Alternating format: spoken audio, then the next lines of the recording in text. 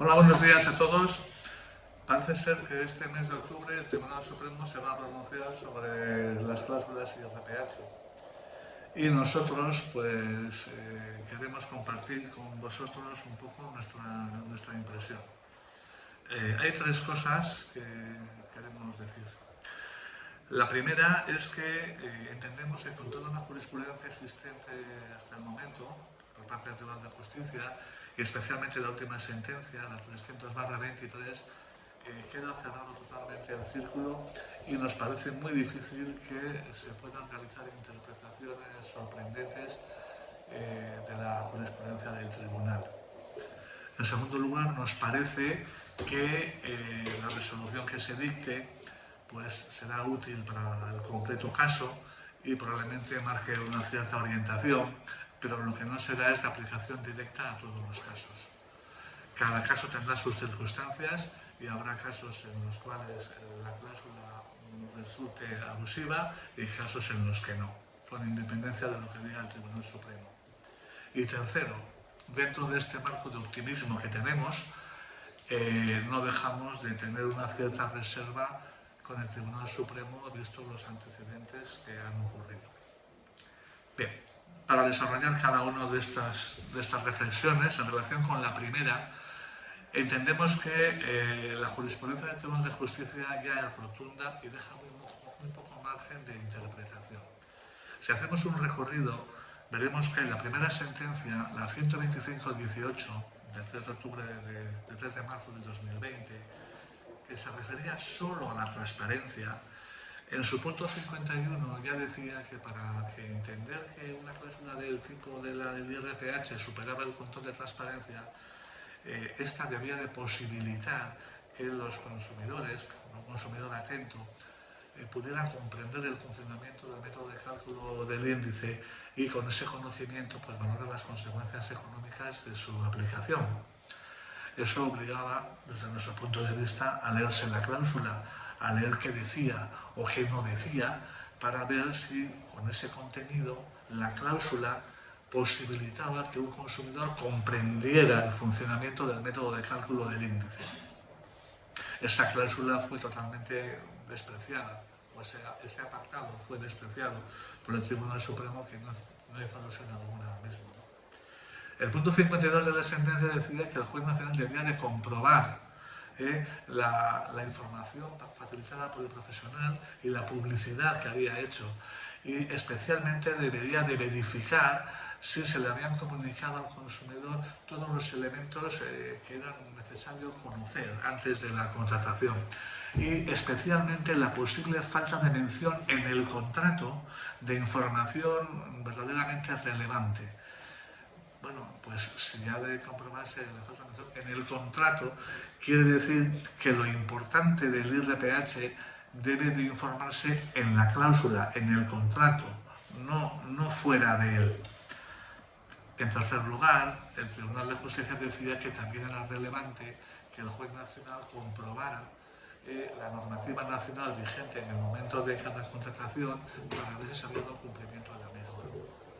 Y por último, también decía en el punto 53 que era pertinente la circunstancia de que la definición del índice IRPH viniera recogida en el BOE, porque eso permitía a un consumidor razonablemente atento y perspicaz comprender que incorporaba comisiones y gastos. Bien, de todo esto, que eran los elementos a valorar en el juicio de transparencia, el Tribunal Supremo no se quedó solo con uno, se quedó con el número 53. Y a partir de ahí estableció una doctrina según la cual la publicación en el BOE de la definición del IRPH ya garantizaba la transparencia para todos los casos. Y además, aun en el supuesto de que la cláusula superara la transparencia, no era abusiva, porque no se podía reprochar al profesional no haber actuado de buena fe cuando había utilizado un índice oficial regulado por el Banco de España y utilizado por las administraciones públicas. Esta doctrina es la que se ha mantenido hasta ahora. Es la doctrina que ha llevado a que todas las audiencias provinciales, absolutamente todas, desestimaran las demandas de nulidad por abusiva de la cláusula IRPH. Con posterioridad, el Tribunal de Justicia dictó la sentencia 265/22 del 13 de julio del 23, una sentencia muy interesante, pero que ha sido absolutamente despreciada por todos los jueces de tribunales nacionales. Nadie ha hecho referencia a ella. Y en ella, el Tribunal de Justicia incorporaba otro elemento más para valorar por el juez, porque decía que es pertinente para el juicio de transparencia y el de abusividad la existencia de una circular 594 del Banco de España cuyo preámbulo advierte a las entidades financieras que la simple utilización del índice IRPH supone colocar la talla de la operación hipotecaria por encima de la talla del mercado y que para evitar ese efecto es necesario utilizar un diferencial negativo. Además, esta sentencia también decía que el juez nacional debía de comprobar la posible existencia de una duplicidad de pagos por parte del consumidor o una doble retribución del profesional en relación con servicios o cuestiones que también se contemplaban en otras cláusulas. Y por último, también esta sentencia decía que a efectos del desequilibrio era pertinente comparar el tipo de interés resultante de la aplicación de la cláusula relativa al IRPH con el hipotético tipo de interés que hubiera resultado de haberse remitido al índice Euribor con el diferencial que en aquel momento se acostumbraba a incorporar. Todo esto ha sido obviado fundamentalmente porque la Audiencia de Barcelona ha considerado que esta sentencia deriva de unas cuestiones erróneamente planteadas y por tanto ha obviado absolutamente esta sentencia. Y a la Audiencia de Barcelona han seguido muchos juzgados, Torrelavega, en Laredo, en Alicante, que han argumentado que, bueno, que se preguntó mal y que por tanto, pues, esto del diferencial negativo que no es cierto. Nosotros podemos entender que cualquier juez o tribunal discrepe de cómo se ha preguntado, solo faltaría. Pero lo que no se puede hacer es decir que como se ha preguntado mal, me desvinculo de la sentencia como si no hubiera ocurrido, porque entendemos que la sentencia es de obligado cumplimiento en tanto que no se modifique. Si un juez o un tribunal, como la Audiencia de Barcelona, entiende que se ha preguntado mal, pues lo lógico es que suspenda el procedimiento y pregunte bien. Si cree que se han formulado mal las cuestiones, pues que las formule bien. Si cree que hay un déficit de información, pues que lo complete. Pero lo que tiene que hacer es preguntar y salir de la duda, porque precisamente para resolver las dudas están las cuestiones prejudiciales. Lo que no puede ser es decir, como se ha preguntado mal, no lo aplico, porque ya solo nos falta por ver que en España, pues los jueces y tribunales, sea cual sea la materia, pueden no cumplir la jurisprudencia del Tribunal de Justicia simplemente por decir que a su juicio se ha preguntado mal. Hasta ahí podríamos llegar. Pero llega la sentencia última, la 300/23 del 12 de diciembre del 24, y esta sentencia lo que hace, a nuestro juicio, es cerrarlo todo. ¿Por qué?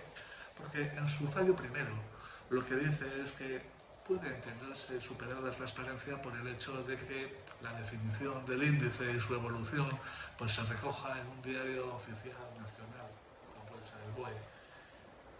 Eso es lo que decía el Tribunal Supremo, pero el Tribunal de Justicia añade un siempre que. Un siempre que.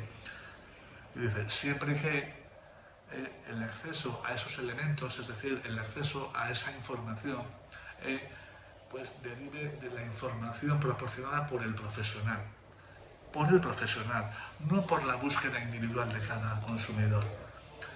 Y además el Tribunal de Justicia añade, y en ausencia de esta información, entonces, alternativamente, la cláusula deberá de recoger la definición completa del índice. Bien, con esto se cae uno de los elementos de la doctrina del Tribunal Supremo. No basta con que esté publicado en el BOE, hace falta que además la cláusula recoja dónde localizar esa información, qué circular del Banco de España, en qué BOE, de qué día. Y alternativamente, si eso no es así, la definición completa.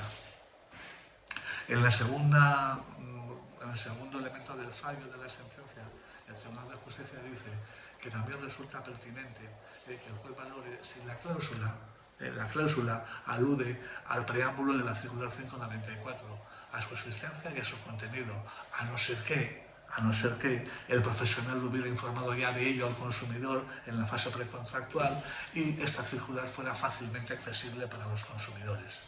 Bien, nuestra experiencia nos enseña que el profesional nunca nunca ha informado al consumidor antes de firmar el contrato de que hay una circular del Banco de España que advierte de la necesidad de un diferencial negativo cuando se remite el préstamo a IRPH, porque de haber sido así, ninguno hubiera sido tan tonto de aceptar diferenciales positivos. Y en segundo lugar, la circular no es accesible para los consumidores porque además es una circular dirigida a entidades de crédito, por tanto los particulares no las recibían. Y además, la sentencia también dice que no cabe entender la existencia de buena fe del profesional a priori, por el mero hecho de que sea un índice oficial y un índice regulado por el Banco de España, con lo cual se caía el segundo elemento de la doctrina del Tribunal Supremo. Desde nuestro punto de vista, esta sentencia corrige todo lo que se venía haciendo en España por todas las audiencias, porque ni basta con que esté en el BOE para que sea transparente, ni basta con que sea oficial para que haya buena fe. Y pese a que mucha gente viene diciendo que esta sentencia no cambia nada, vaya, se ha cambiado. Es que todo lo que se hacía no era suficiente. Bien, con toda esta visión conjunta, entonces ya podemos concretar muchas cosas. Primero, que el juez nacional, para valorar la transparencia, lo primero que tiene que hacer es ver si la cláusula recoge la definición completa del índice y si no la recoge, se aparece por lo menos la localización precisa sobre dónde encontrarla. Y ya está. Bien, aquí hay que hacer algunos matices. La definición tiene que ser completa. Y lo decimos porque es muy habitual en muchas entidades, le pongo por ejemplo a CaixaBank o a Kutxabank, en donde dicen que recogen la definición del índice, aparentan copiarla y lo que dicen es que el IRPH cajas es la media de los tipos medios ponderados en los intereses de las operaciones a más de 3 años para la vivienda libre del conjunto de cajas de ahorro. Punto. Pero es que ahí falta la segunda parte. Dichos tipos serán tipos anuales equivalentes. Es que esta omisión hace que la información sea incompleta, sea incorrecta y además sea engañosa. ¿Por qué? Porque con esa información tú te haces la idea de que tu tipo de interés es la media del tipo de interés de préstamos homólogos al tuyo. Pues eso no parece malo. Lo que no te han dicho es que no son tipos de interés, son tipos TAE y eso te encarece mucho el préstamo y eso no te lo han contado. Por eso esa redacción es engañosa.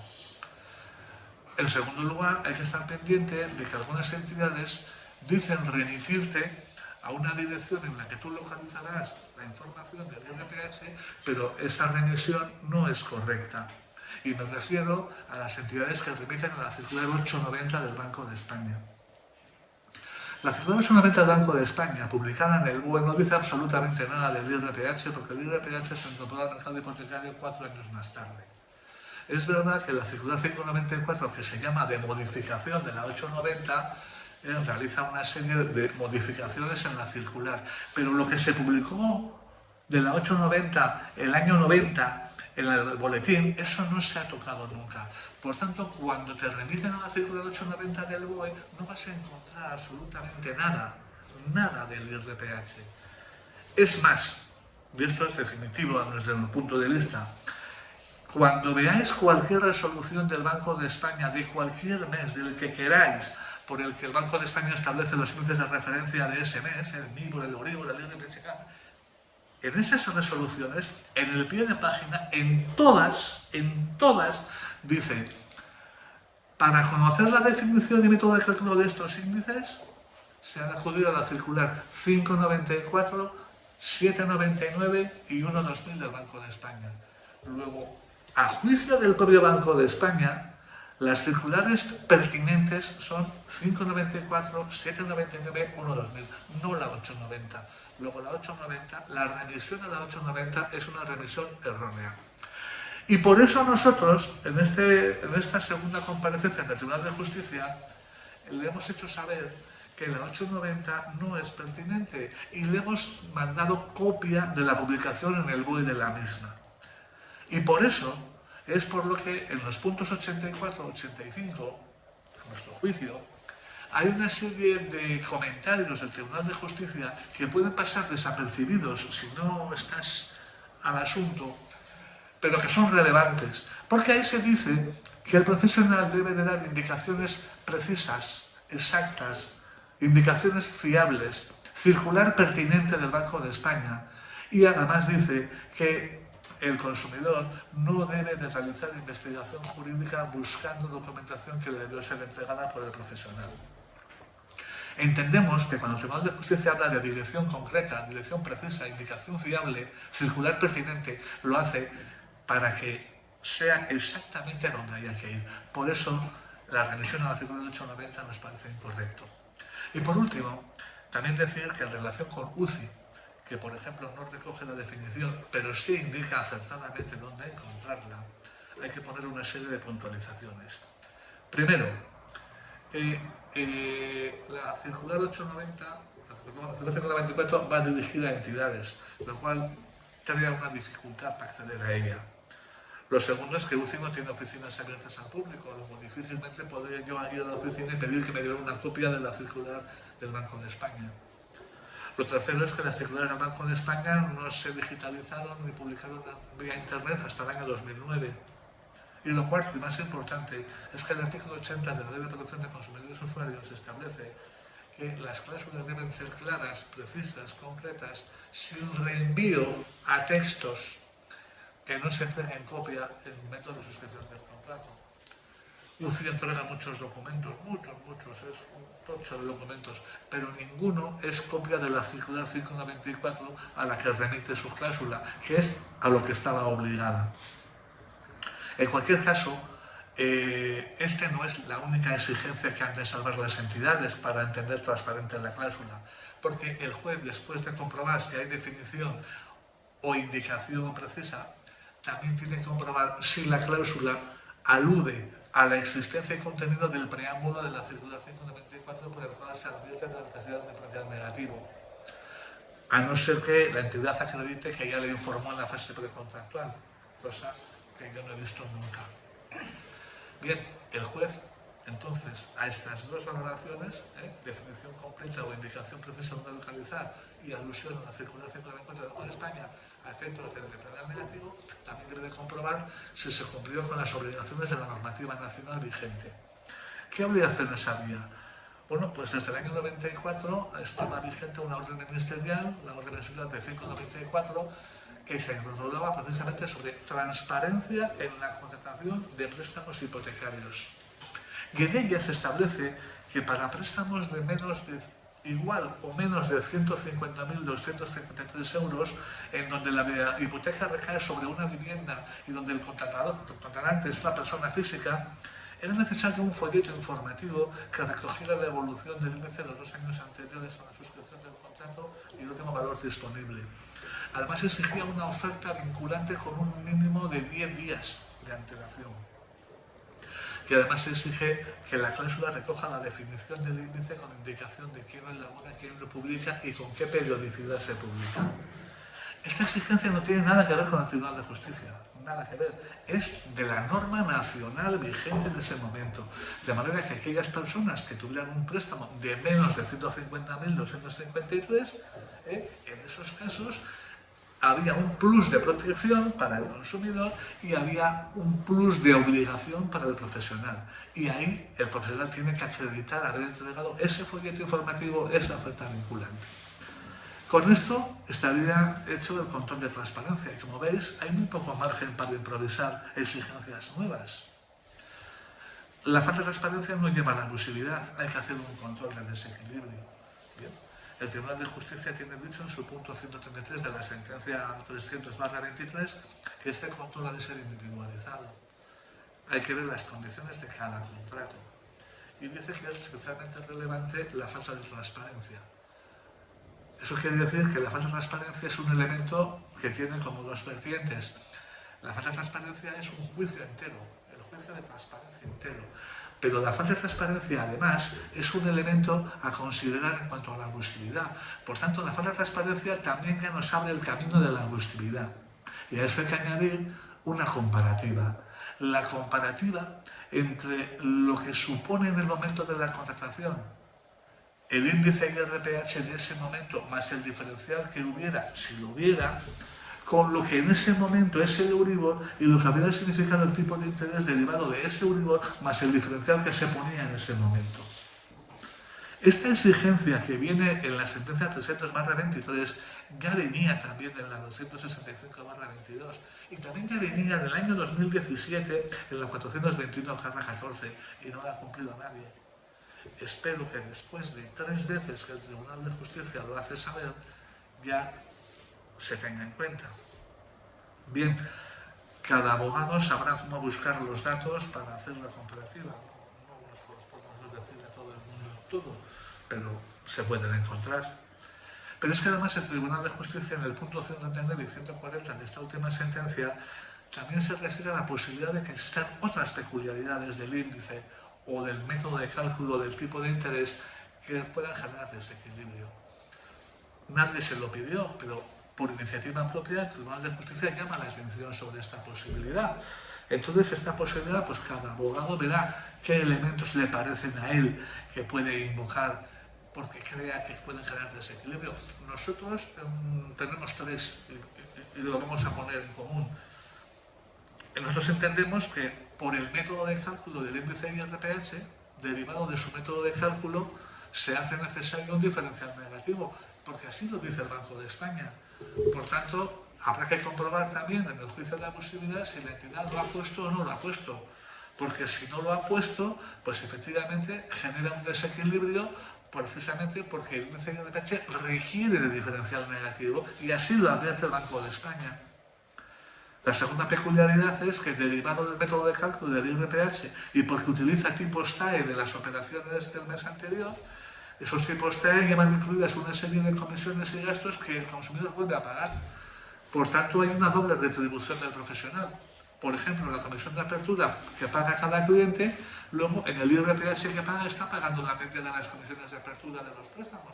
Bueno, pues hay una doble retribución o un doble pago del consumidor. Pero es que esto no es que lo digamos nosotros, es que en el punto 67 de la sentencia 265/23 el Tribunal de Justicia llama la atención del juez para que se fije en ello. Pues tendrán que fijarse, hasta ahora no se han fijado, pero tendrán que fijarse.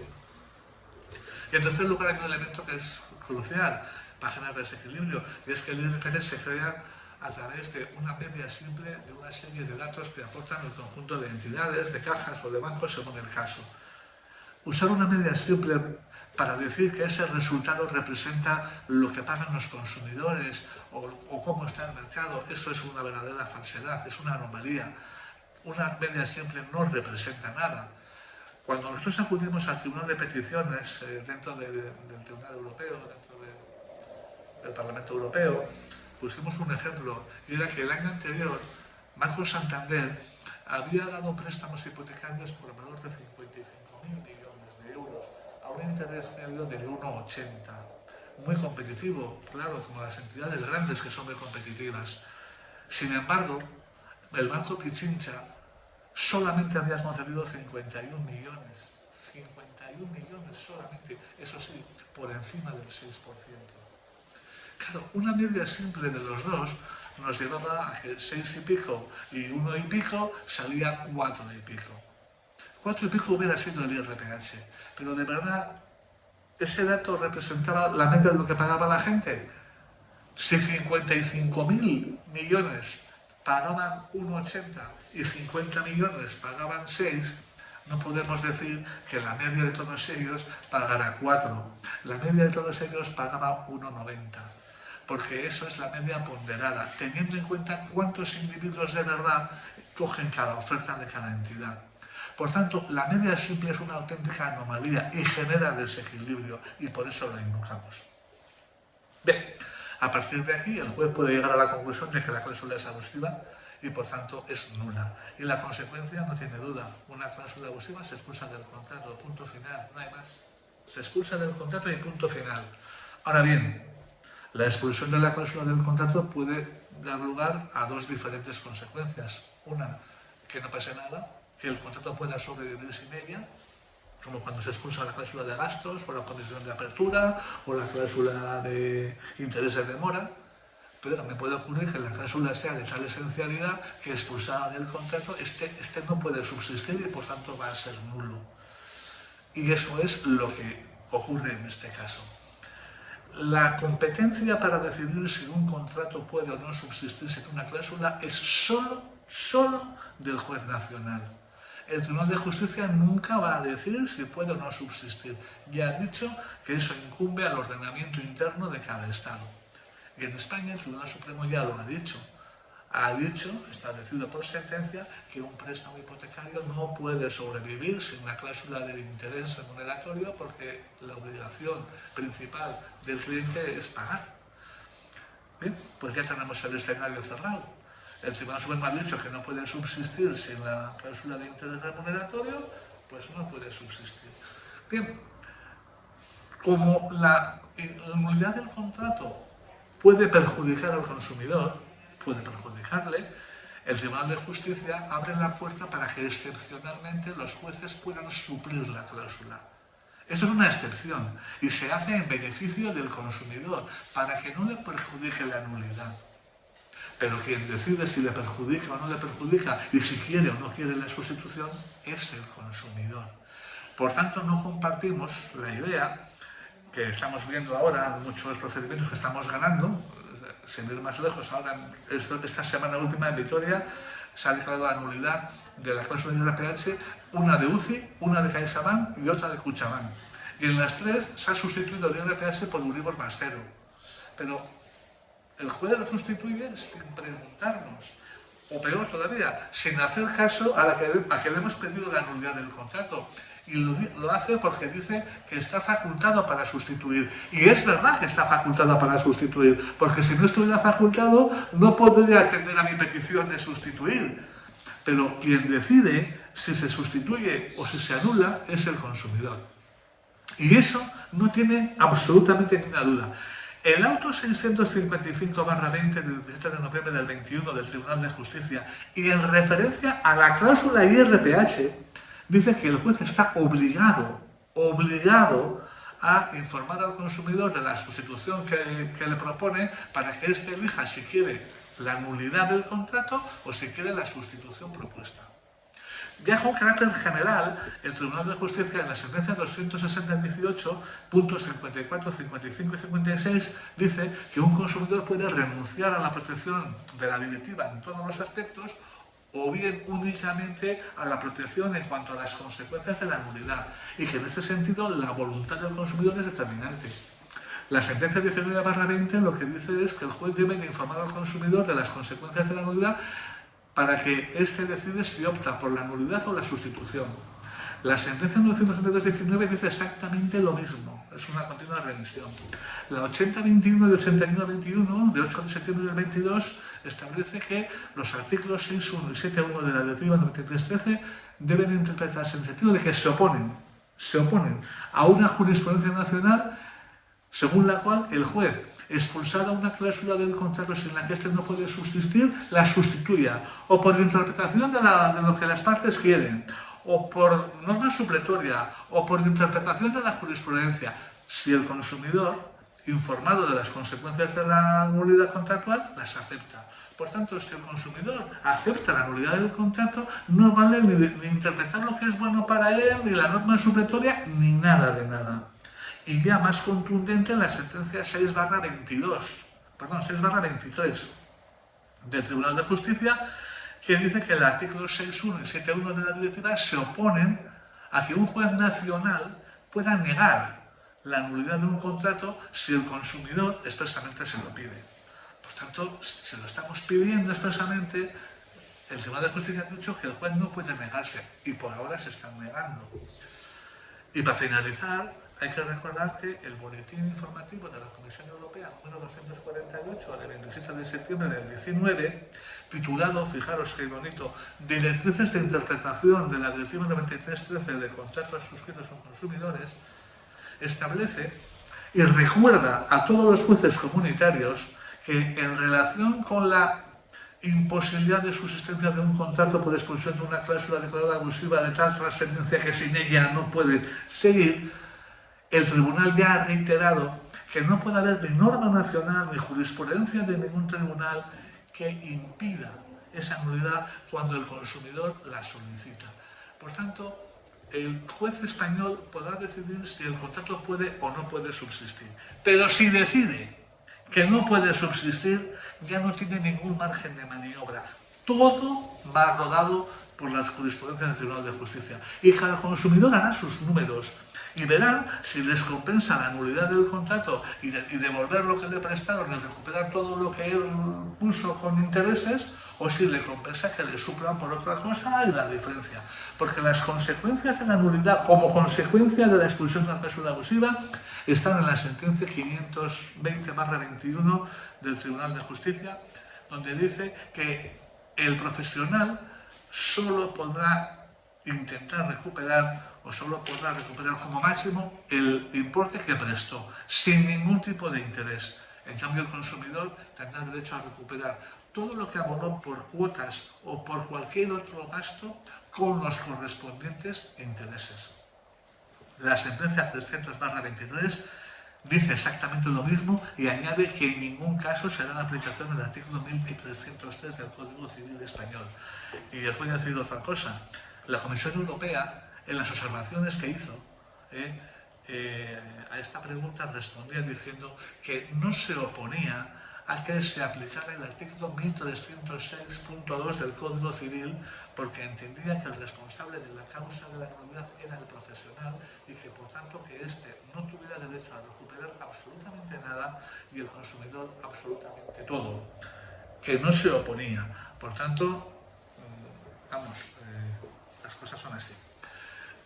En consecuencia, con esta jurisprudencia, como podéis ver, el margen de maniobra es muy pequeño, la casuística es variadísima, cláusulas que tienen definición completa, incompleta o ninguna, las que remiten bien, las que remiten mal, las que no remiten, las que se comprueba que hay desequilibrio, las que no tanto, es variadísimo y por tanto habrá que estar, diga lo que diga el Supremo, para un caso, pero eso no se podrá extrapolar a todos por sistema.